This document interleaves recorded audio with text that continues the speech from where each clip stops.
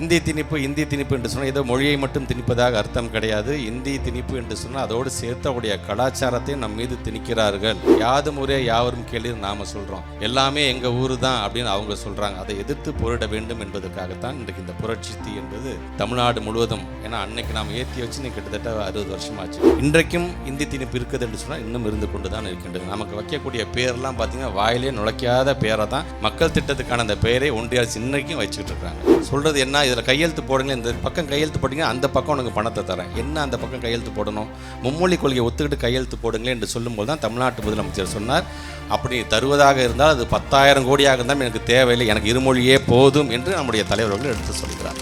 இன்னைக்கு ஒன்றிய பிரதமர் வந்துட்டு போகிறார், இனி வருவார், தேர்தல் வர வரைக்கும் அவர் வந்துக்கிட்டே தான் இருப்பார். ஒரு இயற்கை பேரிடர் வந்தபோது இந்த பக்கம் வராதவர், நம்முடைய மீனவர்களாம் இலங்கை இராணுவத்தின் மூலமாக கைது செய்யும் போது இந்த பக்கம் வராதவர், நீட்டுங்கிற அந்த கொடிய ஒரு சட்டத்தின் மூலமாக பல பிள்ளைகள் இறந்தபோது வராதவர் இன்னைக்கு அடிக்கடி வருகிறார். இருப்பது ஒரு உயிர், போவதும் ஒரு முறைதான், அது இருமல் ஈழை கொடை கொண்டு அது செல்வதை காட்டிலும் இந்தி திணிப்பிற்காக அந்த உயிர் போனால் மகிழ்ச்சி அடைவேன் என்று சொன்னவர் பேரறிஞர் அண்ணா அவர்கள்.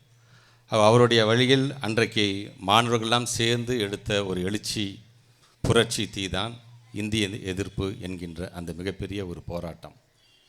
அதனால தான் இன்றைக்கும் அது நம்முடைய மாணவர்கள் மத்தியில் அந்த தீ இன்னும் அணையாமல் இருப்பதற்காகத்தான் ஒவ்வொரு ஆண்டும் நம்முடைய கழகத்தினுடைய தலைவருடைய அறிவிப்பாக கழகத்தினுடைய மாணவரணி இது போன்ற நிகழ்வுகள் எல்லாம் தொடர்ந்து அந்தந்த மாவட்டத்திலே நடத்தி கொண்டிருக்கின்றது.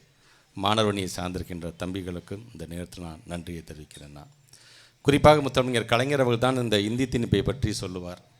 அங்கே இருக்கின்ற இந்தியா அங்கே இருக்கட்டும், ஆந்திராவில் இருக்கக்கூடிய தெலுங்கு அங்கே இருக்கட்டும், கர்நாடகத்தில் இருக்கக்கூடிய கன்னடம் அங்கே இருக்கட்டும், இங்கே இருக்கின்ற தமிழ் இங்கே இருக்கட்டும், இதுதான் இந்தி திணிப்புக்கான நான் வருகின்ற ஒரு போர் என்று அவர் சொன்னார். ஏனென்றால் நம்முடைய இந்தியா என்பதே ஒரு துணை கண்டம்தான், பல்வேறு தேசிய இனங்கள் தேசிய மொழிகளை கொண்டிருக்கக்கூடிய ஒரு நாடு என்று அவர் அன்றைக்கே எடுத்து சொன்னார். வருகை தந்திருக்கின்றவங்கள்ட்ட நாங்கள் சொல்லக்கூடியது ஏதோ தமிழ் மொழி என்பதற்காக நம்முடைய தாய்மொழிக்காக மட்டுமே நாம் போராடினோம் என்பது மட்டுமல்ல, அந்தந்த மாநிலத்தை சார்ந்திருக்கின்ற மொழிகளுக்கும் சேர்த்தே தான் பேரறிஞர் அண்ணாவும் முத்தமிழர் கலைஞரும் அன்றைக்கு குரல் கொடுத்திருக்கிறார்கள் என்பதை நாம் மறந்துவிடக்கூடாது. இந்தி திணிப்பு என்று சொன்னால் ஏதோ மொழியை மட்டும் திணிப்பதாக அர்த்தம் கிடையாது. இந்தி திணிப்பு என்று சொன்னால் அதோடு சேர்த்து அவருடைய கலாச்சாரத்தையும் நம் மீது திணிக்கிறார்கள்.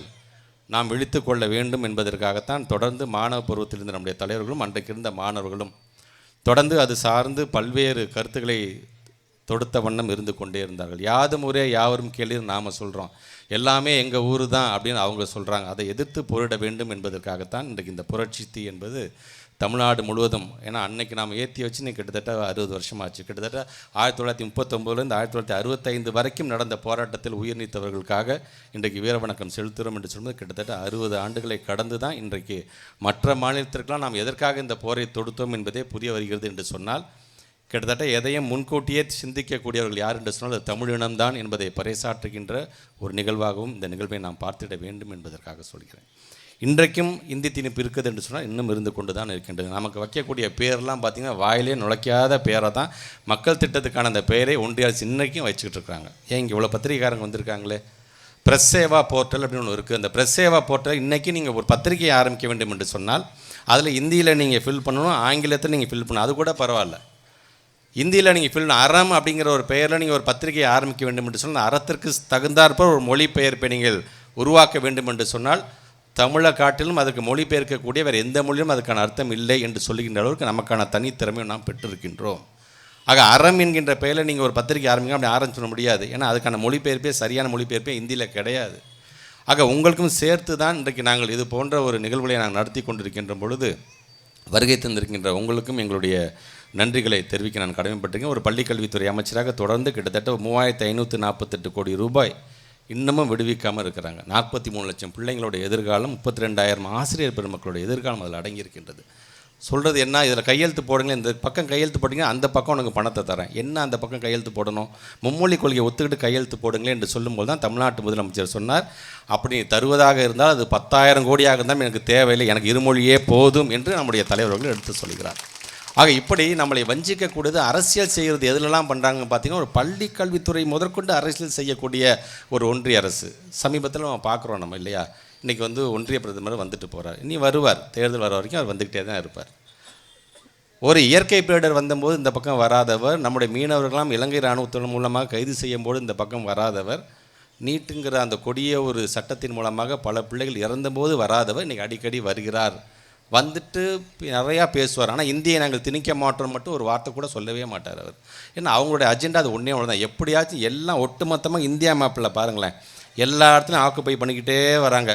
இந்த தென்னிந்தியாவில் மட்டும் நாம் மட்டும்தான் அப்படியே ஸ்ட்ராங்காக இருக்கோம். கேரளா கிட்டையும் வந்துட்டாங்க கொஞ்சம் கொஞ்சம்.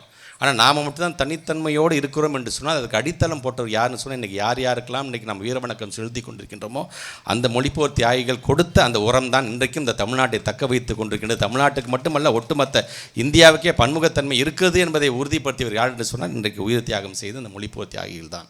ஆக அப்படிப்பட்ட இந்த மொழிப்போர் தியாகிகளை இங்கே எல்லோரும் சொன்னது போல தான் வருகின்ற 2026 தேர்தலும் தமிழ்நாட்டையும் தமிழினத்தையும் தமிழ் மொழியையும் காப்பதற்கு நம்முடைய முத்துவேல் கருணாநிதி ஸ்டாலின் அவர்களை மீண்டும் அரியணையில் ஏற்றுவதற்கு நாம் அனைவரும் சேர்ந்து உறுதியேற்கக்கூடிய ஒரு நாளாகவும் இந்த நாள் அமைந்திட வேண்டும் என்று சொல்லி உங்களோடு சேர்ந்து நம்முடைய அண்ணனர்களுடன் சேர்ந்து மொழிப்போருக்காக தங்களுடைய இன்னுயிரை ஈர்த்த அந்த அனைத்து மொழிப்போர் தியாகிகளுக்கும் வீர வணக்கத்தை செலுத்தி இந்த உரையை நிறைவு செய்கிறேன். நன்றி, வணக்கம்.